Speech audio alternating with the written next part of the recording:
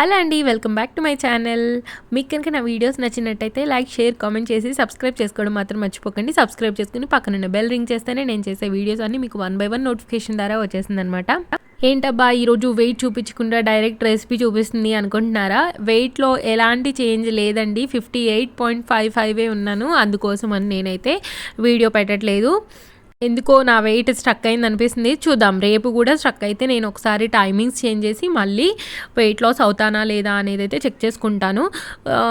ఈరోజు అయితే బ్రేక్ఫాస్ట్లోకి వచ్చేసి నేను వెజిటేబుల్స్తో ఉప్మా అయితే చేసుకుంటున్నాను, గోధుమ రవ్వ ఉప్మా. సో ఇక్కడైతే నేను కొద్దిగా ఆయిల్ యాడ్ చేసుకొని అందులో కొంచెం ఆవాలు, జీలకర్ర, కొంచెం పచ్చిశనగపప్పు, కొద్దిగా ఆనియన్స్ అయితే యాడ్ చేసుకొని గోల్డెన్ కలర్ వచ్చేదాకా అయితే ఫ్రై చేసుకున్నాను.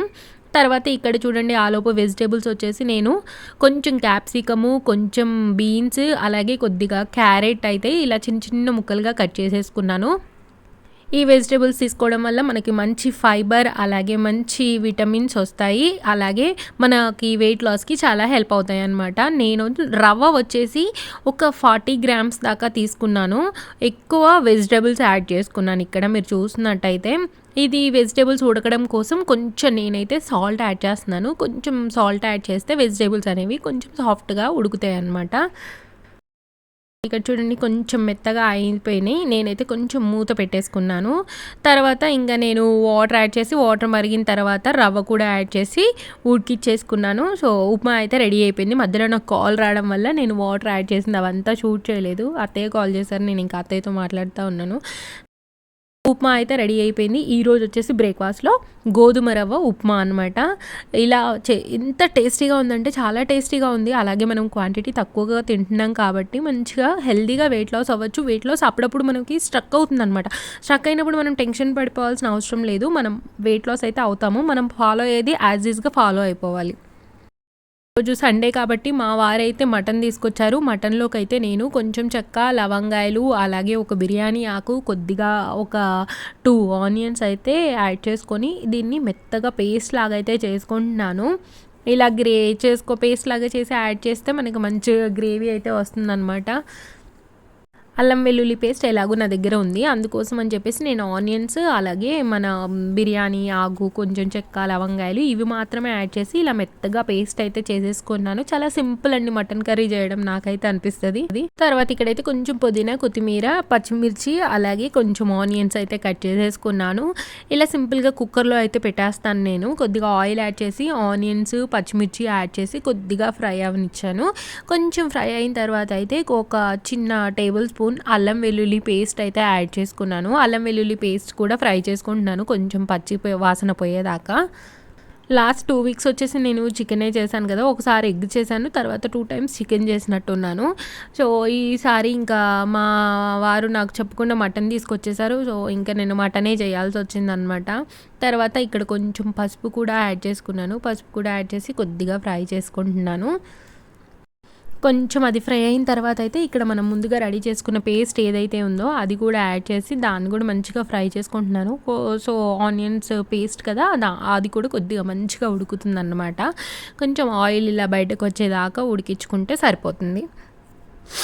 ఇక్కడైతే నేను కొంచెం పుదీనా రెబ్బలు అయితే యాడ్ చేసుకొని కలిపేసుకుంటున్నాను. మీలో ఎవరైనా వెయిట్ ఇలా స్ట్రక్ అయ్యారా? స్ట్రక్ అయితే మీరేం టిప్స్ పాటించారు చెప్పండి. నేనైతే యూట్యూబ్లో చూసినంత వరకు అయితే నాకు ఏం చెప్పారంటే మన డైట్ టైమింగ్స్ ఉంటాయి కదా, టైమింగ్స్ చేంజ్ చేసుకుంటే మన మెటబాలిజం అనేది మళ్ళీ వర్క్ అవ్వడం స్టార్ట్ అవుతుంది అని చెప్పేసి చూశాను. తర్వాత కొంచెం ఫ్రై చేసుకొని ఈ ముక్కలు కూడా యాడ్ చేసి మసాలా అంతా ముక్కలకు పట్టేలాగా మంచిగా కలిపేసుకున్నాను. ఇక్కడ నేను ఎలాంటి వేరే ఎక్స్ట్రా మసాలాస్ అయితే యాడ్ చేయలేదు, ఎందుకంటే ఆల్రెడీ చెక్క, లవంగాయ, అలాగే బిర్యానీ ఆకు యాడ్ చేశాను కాబట్టి మనకి మసాలా అనేది సరిపోతుంది ఈ కర్రీకి.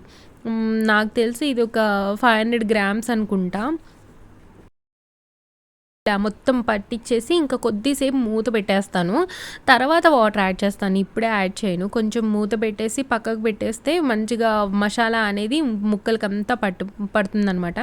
తర్వాత ఇంకా మళ్ళీ ఒకసారి మూత తీసేసి మొత్తం కలిపేసుకొని ఇప్పుడు ఇందులో రుచికి సరిపడా ఉప్పు, రుచికి సరిపడా కారం అయితే యాడ్ చేసుకోవాలి. నేనైతే మసాలా కారం వాడుతున్నాను కాబట్టి చాలా టేస్ట్ ఉంటుంది. కాకపోతే మసాలా కారంలో ఏంటంటే కొంచెం కారం అనేది తక్కువగా ఉంటుంది. మటన్ కర్రీ చేయడం ఈజీయా? చికెన్ కర్రీ చేయడం ఈజీయా? నాకు మటన్ కర్రీ చేయడం ఈజీ అనిపిస్తుంది ఇలా కుక్కర్‌లో. చికెన్ కర్రీ కొద్దిగా నాకేంటో ఇక్కడ చికెన్ అంతగా బాగోదనమాట. అందుకోసమని నాకు చికెన్ అంతగా చేయాలి అనే ఇంట్రెస్ట్ రాదు. సో, ఇక్కడైతే ఇంకా నేను ముక్కలకి ఉప్పు, కారం కూడా మంచిగా పట్టిన తర్వాత నేనైతే కొంచెం వాటర్ అయితే యాడ్ చేసుకున్నాను ఈ ముక్కలు ఉడకడం కోసం. మళ్ళీ ఒకసారి మనం ఉప్పు కారం చెక్ చేసుకోవాలి. ఉప్పు కారం చెక్ చేసి సరిపోయిందనుకుంటే ఓకే. తర్వాత మనం ఇది కొత్తిమీరని కూడా యాడ్ చేసి మంచిగా ఉడికేదాకా ఉడికించుకోవాలి. నేనైతే దగ్గర 8 విజిల్స్ వచ్చేదాకా అయితే మటన్ని ఉడికిపించుకుంటాను. సో, ఇక్కడ చూడండి 100 గ్రామ్స్ ఆఫ్ బ్రౌన్ రైస్ తీసుకున్నాను. అలాగే 4 పీసెస్ నేను మటన్ పీసెస్ తీసుకున్నాను. అలాగే గ్రేవీ, అలాగే కుకుంబర్ సలాడ్ అయితే తీసుకున్నాను. తర్వాత ఇంకా ఈవినింగ్కి వచ్చేసి నేనైతే మల్టీగ్రెయిన్ రోటీ ఒకటైతే తీసుకుంటున్నాను ఈరోజు. ఇక్కడ నేను ఒకటి రోటీ చేసుకున్నాను. ఈ మల్టీగ్రెయిన్ ఆటాలో అయితే నేను కొంచెం జొన్నలు, సజ్జలు, రాగులు, అలాగే గోధుమలు యాడ్ చేసుకొని చేపించుకున్నాను ఇది. సో, ఇక్కడైతే ఇంకా రోటీ అయితే రెడీ అయిపోయింది. ఈరోజు డిన్నర్కి వచ్చేసి ఇది ఒక్కటే రోటీ అనమాట. ఇంకా ఎందుకు అసలే వెయిట్ స్ట్రక్ అయిపోయాను అని దిగులేసుకుంటున్నానేమో అనిపిస్తుంది. ఏమీ కాదు, కానీ ఒక్కొక్కసారి మనకు అనిపిస్తుంది కదా, సేమ్ రిజల్ట్ నెక్స్ట్ డే కూడా చూసుకునేసరికి అరే ఏంటి వెయిట్ లాస్ అవ్వట్లేదు అని అనిపిస్తుంది. నాకు తెలిసి నేను కొంచెం ఎక్సర్సైజెస్, వాకింగ్ కొద్దిగా ఇంతకుముందు చేసినట్టు కాకుండా కొంచెం తక్కువ చేస్తున్నాను. మా పాప నేను వాకింగ్ చేస్తుంటే చాలు వెంటనే వచ్చేసి అమ్మ స్టాప్, అమ్మ సిట్ అని చెప్పేసి అంటుందన్నమాట. సో, అందుకోసం అని చెప్పేసి మేబీ అది వాకింగ్ తగ్గించాను కాబట్టి ఇది కూడా వెయిట్ తగ్గడం అనేది తగ్గిందేమో అనిపిస్తుంది. నేనైతే 2 రోటీస్ చేశాను. ఒకటి పాప కోసం, ఒకటి నా కోసం అని చెప్పేసి. ఒక రోటీ అయితే నేను పెట్టేసుకున్నాను ప్లేట్లో. ఈవినింగ్ కూడా నేను ఓన్లీ 2 పీసెస్ తీసుకున్న గ్రేవీ ఎంత తీసుకున్నానో అంత గ్రేవీతో అయితే సరిపెట్టేసుకున్నాను ఈరోజు. తర్వాత ఒక గ్లాస్ బటర్ మిల్క్ తాగాను. బటర్ మిల్క్ తాగడం వల్ల మనకి మంచిగా డైజెషన్ అనేది అవుతుందన్నమాట. మీలో ఎంతమంది డైట్ చేస్తున్నారు? డైట్ చేసే వాళ్ళు ఎంతమంది నా వీడియో చూస్తున్నారు? ఒకసారి కామెంట్ చేయండి. సో, నాకు తెలుస్తుంది ఎవరెవరు డైట్ చేస్తున్నారు, ఎంతమంది చేస్తున్నారు అని చెప్పేసి. ఇంకా మజ్జిగ తాగేసి ఇంకా తర్వాత పాపకు కూడా నేను డిన్నర్ చేపించేసాను ఎర్లీగానే. తర్వాత ఇంకా మా పాపని కిందకి తీసుకెళ్ళి అయితే ఆడిపిస్తున్నాను. తను బండి తీసుకొని ఇంకా మొత్తం రోడ్ అంతా పరిగెడతా నడుస్తూ ఉందన్నమాట.